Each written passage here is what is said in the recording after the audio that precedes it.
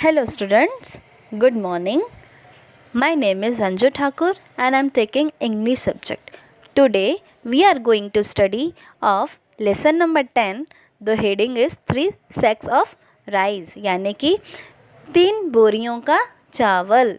तो ये स्टोरी में हम क्या लेसन है वो मैं आपको रीड करके आपको एक्सप्लेनेशन अच्छे से देती हूँ. बहुत ही अच्छा स्टोरी है, देखते हैं. You may have read many stories about 3 brothers.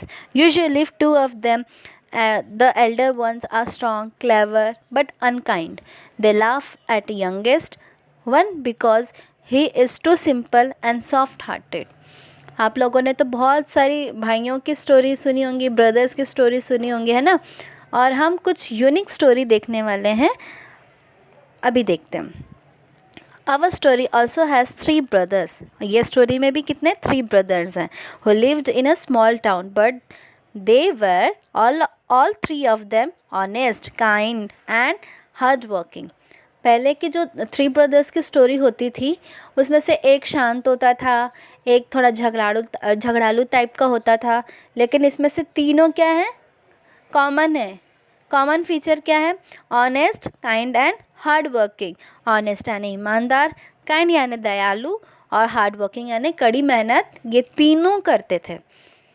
The Elder one ran a shop, the middle one was the priest and the youngest had just finished his education.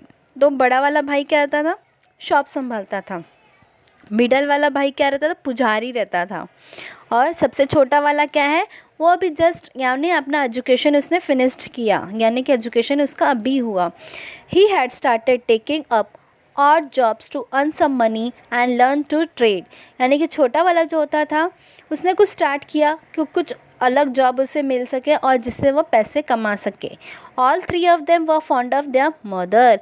तीनों भाई अपनी मम्मी से बहुत प्यार करते थे. She had worked hard to bring up the 3 of them after the sudden death of the father. और पिता के गुजर जाने के बाद ये तीनों भाई का सहारा मम्मी थी.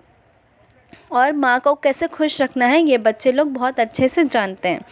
वन डे, एक दिन क्या होता है, the father's friend visited the mother. यानी कि जो उनके पापा जो गुजर गए थे, उनके पापा के फ्रेंड, वो अंकल उनकी मम्मी से मिलने के लिए आते हैं.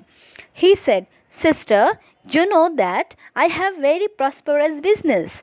यानी कि बोलता है, बहन सुनो, तुम्हें तो पता है मेरे पास तो बहुत अच्छा हो, मतलब क्या बोलते हैं उसे, मशहूर मेरा बिज़नेस है जो बहुत चलता है.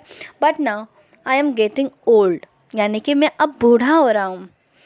My only daughter is of marriageable age. और मेरी एक ही बेटी है जो शादी की उम्र उसकी हो रही है. I am looking for a son in law. मैं अपने दामाद की खोज में हूँ. Who would be the good husband to my daughter and who would also handle my business well. यानी कि मैं ऐसा दामाद खोज रहा हूँ जो मेरी बेटी को भी खुश रखे और मेरे बिजनेस को भी वो संभाल सके. I like all your sons. मुझे आपके तीनों बेटे पसंद है, लेकिन मैं तीनों से शादी करूँगा क्या, नहीं, वो तीनों में से एक को चुनेगा.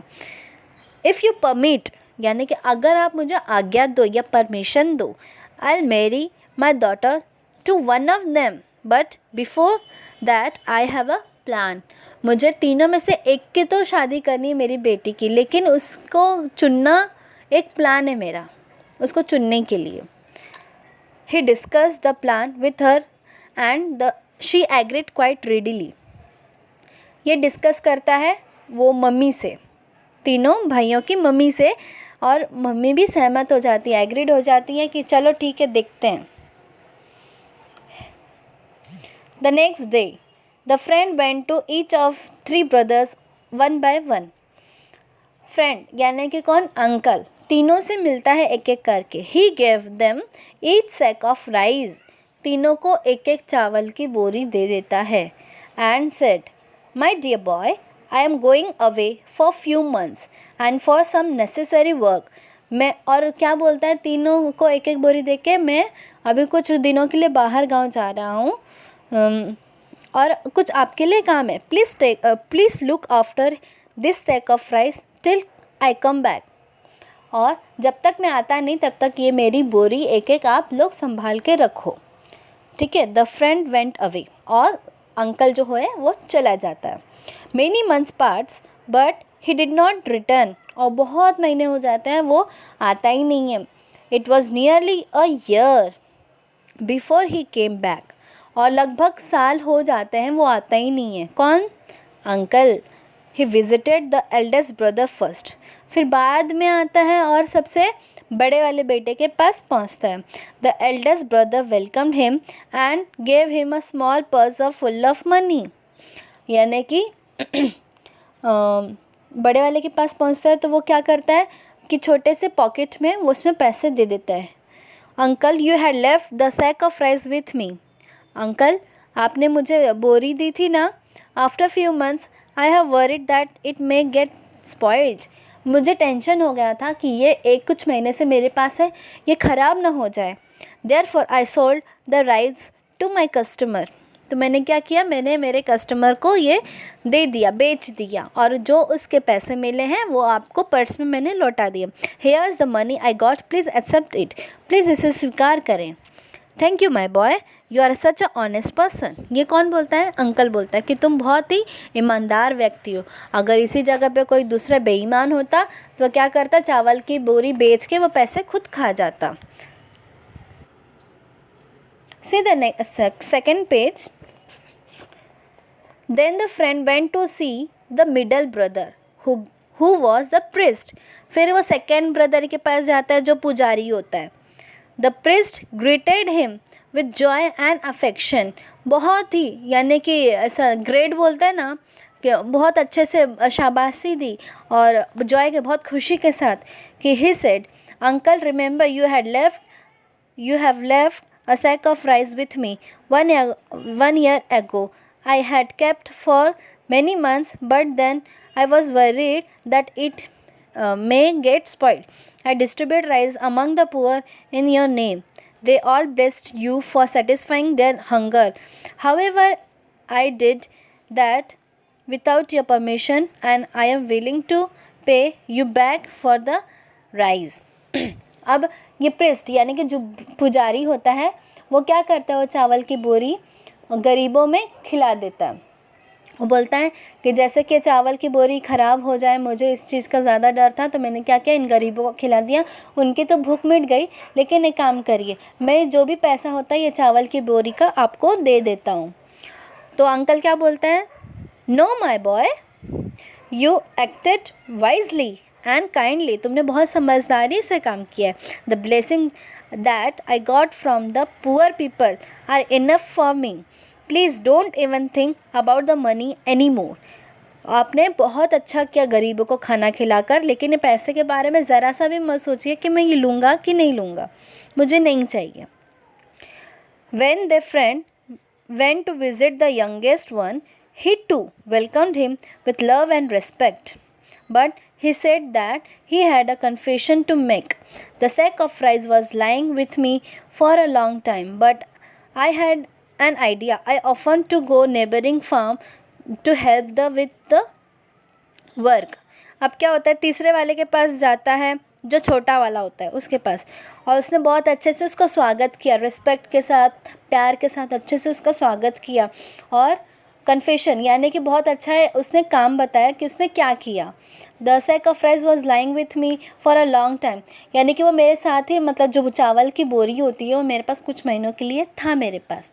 But then I had an idea, फिर उसके बाद मुझे आइडिया आया कि I often go to the neighbouring farm to help with, मैं अक्सर क्या करता हूँ, पड़ोस के खेत में जाता हूँ, उनकी हेल्प करता हूँ।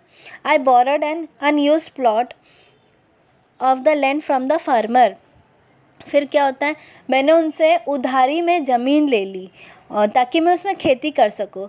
आई exchange the sack of rice for paddy and sowed paddy in the plot, और मैंने बीज, जो हम बोलते हैं ना बीज, उसमें बो दिया चावल के लिए। Fortunately the crop grew well and yielded 25 sacks of rice, और वो बोने के बाद धान उग गया। धान में से हम उतने ही एक बोरी में से मुझे कितने का फ़ायदा हुआ, 25 सैक ऑफ राइस, यानी कि 25 वो क्या हो गया, बदले में मुझे मिले। I have kept 5 of sacks of and sold 20 of them, और उसमें से 5 मैंने अपने पास रखे और 20 क्या किए, बेच दिए। Here is the money, if you allow I would like to keep a part of it as my sharing considering for the labour and money I spent to get it all done. अब मैं क्या करता हूँ, इसमें से थोड़े से पैसे निकाल देता हूँ लेबर चार्जेस के लिए, जिन्होंने मेरी हेल्प की है मैं उनको ये सब में पैसे देता हूँ और आपको मैं बाकी के लौटा देता हूँ। फिर उसके आगे क्या होता है, a wide smile spread on her friends face, he had found his future son in law. फिर ये यंगेस्ट वाले में उनका दामाद दिखाई देता है कि हाँ, इससे समझदारी और कोई नहीं हो सकता, जिसने एक चावल की बोरी के बदले में उसने खेती की, इसने इतना हार्ड वर्किंग किया, काइंडनेस भी दिखा और लव रिस्पेक्ट भी अच्छे से दिया, और उसने बिज़नेस को भी मेरा अच्छे से संभाल सकेगा। मैंने ऐसा दामाद चुन लिया। तो अपने बेटी के लिए वो 3rd वन यानी कि सबसे छोटे वाले को ही चुनता है। तो ये स्टोरी थी 3 ब्रदर्स की।